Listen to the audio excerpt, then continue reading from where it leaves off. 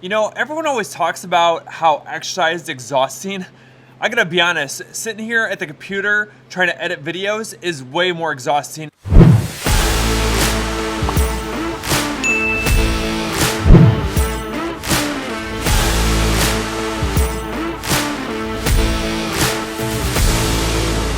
Just that sitting is like so stressful on the body. You know, you sit there for a period of time and let's be honest, you kind of get lazy and you start to relax your posture, and that just puts a lot of strain into your back and your neck.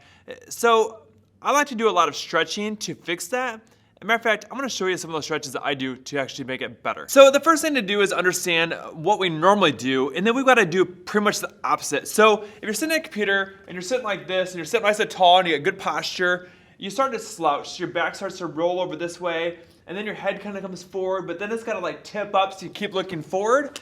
That's the problem that we have, because when those muscles now become tight, we get like headaches and lower back pain, upper back pain between the shoulder blades.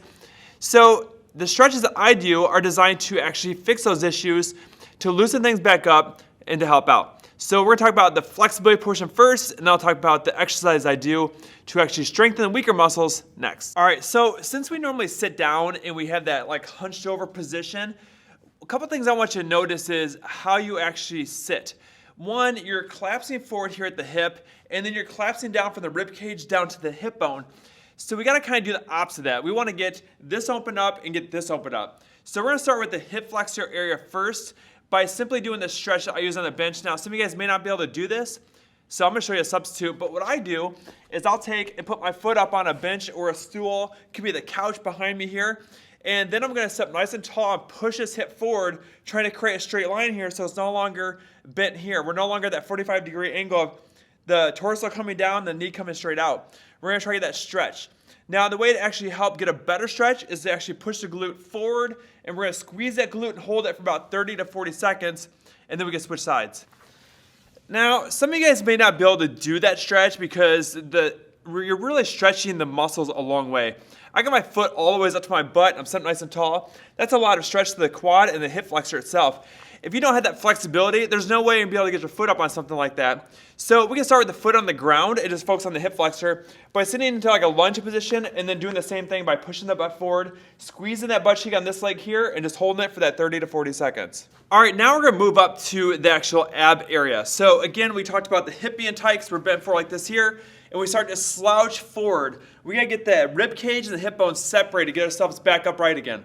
So the next stretch I like to do is stretching over a stability ball, where I roll out, I'm allowing my hips to drop to the floor, reach my hands back over my head, and then roll back, keeping my hips down as I go backwards, and hold that stretch there. All right, the next stretch is to stretch the chest. So when we sit there, we have the tendency to hunch forward, our shoulders collapse down, they're coming forward in front.